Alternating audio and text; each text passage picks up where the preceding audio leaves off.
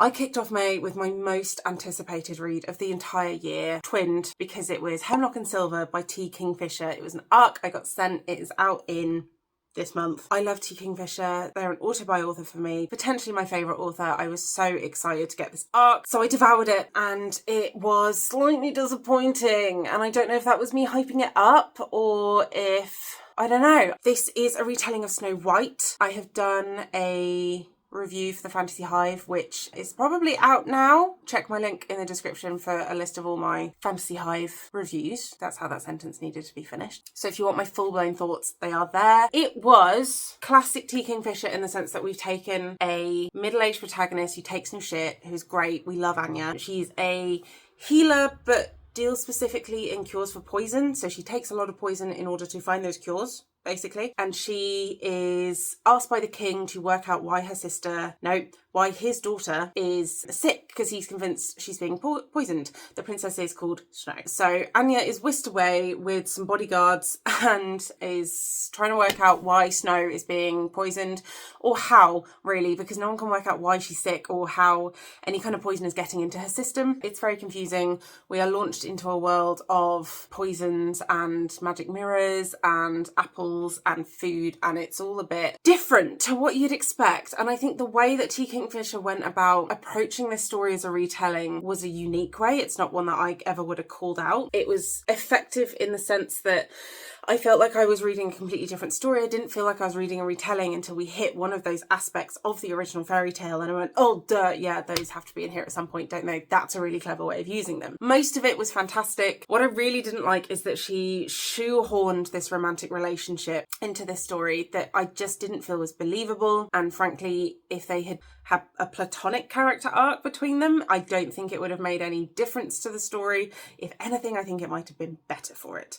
So that was a 4-star for me. Then I was in the airport in April. I flew up to see my grandparents in Scotland, and I picked up a couple of books in the airport because that's what you do. But I always end up picking slightly off-piste books when I'm in the airport. So I picked up Atomic Habits, which is not something I ever would have spent money on any other time. I think the prospect of like being sat on a plane for an hour and having potentially nothing else to do was like, yeah, I'll force myself to read some nonfiction. This was okay. This was just okay. This felt like, the first chunk of the book felt like he was actually going somewhere, he had things to say. And then the second half was just him repeating those things in slightly different phrasing, as if he had discovered some sort of brand new way of living your life and doing things. I thought the real life examples he gave were really interesting. There was a lot of stuff in there that I felt was like, oh, I never had a name for that, but I know I do that when it comes to building habits. So I think like 50% of this book is worth reading, but I couldn't tell you specifically what 50% that was going to be. The whole book definitely didn't need to be that long, but I do understand why it's popular. It's very easy to read. It's very accessible.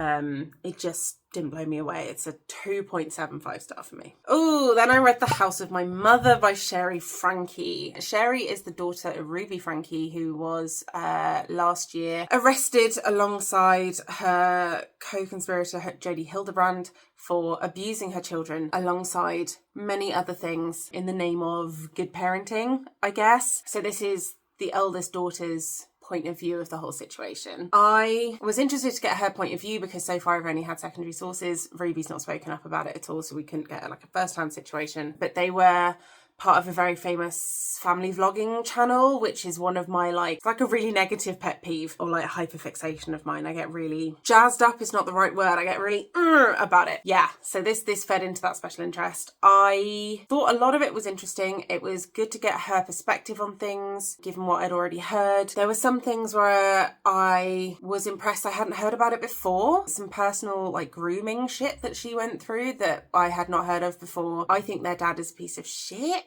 What he did in that situation, and God, those kids are going to need so much fucking therapy. Just so much therapy. There were some aspects of the book that definitely rubbed me the wrong way. I think part of me was expecting her to have like abandoned the religion as well, and while that was sort of touched on, we didn't go the full way with it. So I was a little disappointed in that, but I don't think that's fair of me.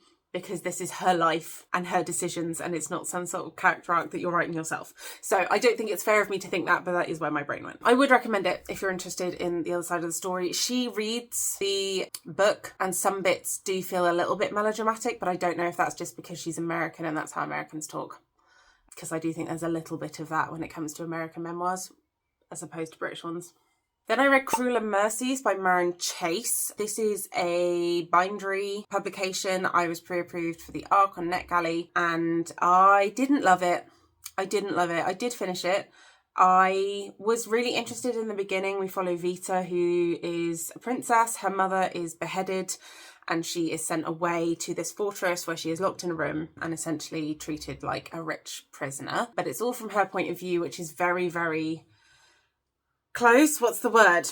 We get a very limited point of view because she has trouble with her memory. She doesn't have any understanding of what's going on. People are not telling her things. She befriends crows at her window, which is kind of cool, but it's miserable. It's a fucking miserable book. It is dark, it is ugly, and it doesn't make a lot of sense in the second half. You couldn't really tell where the story was going, and she sort of swung wildly between being naive and being like, yeah, fuck you, gonna fight my shit. That was such a great description. Well done, me. I struggled with it. I didn't think I was going to finish it, and I really wasn't particularly impressed by the ending. I thought it was very convenient. The magic system was over-explained and then underused, and I think some people would like it, but I just did not.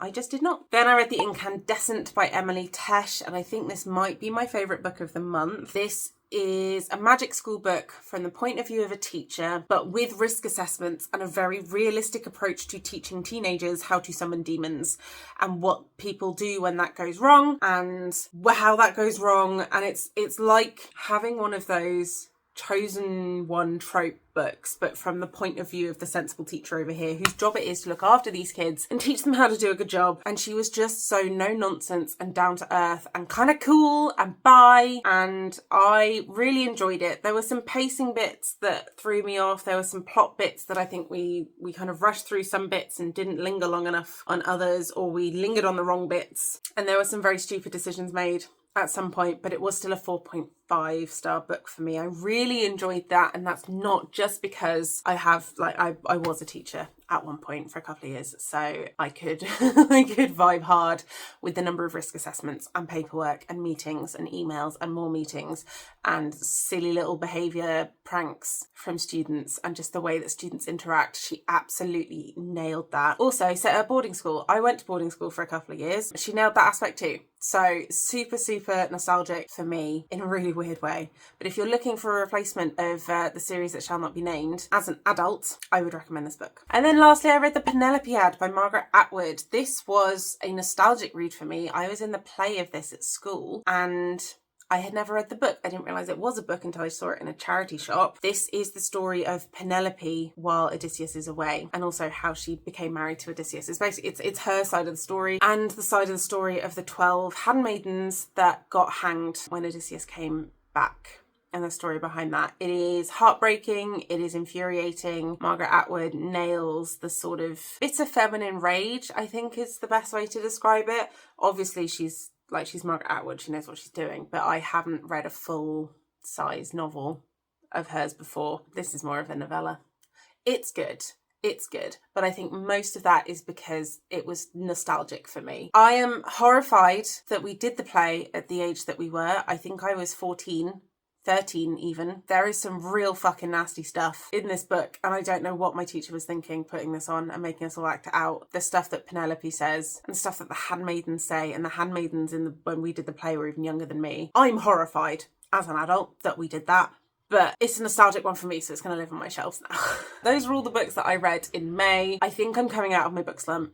Slowly but surely. I've read a couple of good ones in June already, which you'll hear about next month. Yeah, overall, a pretty good reading month. I don't think I DNF'd anything this month.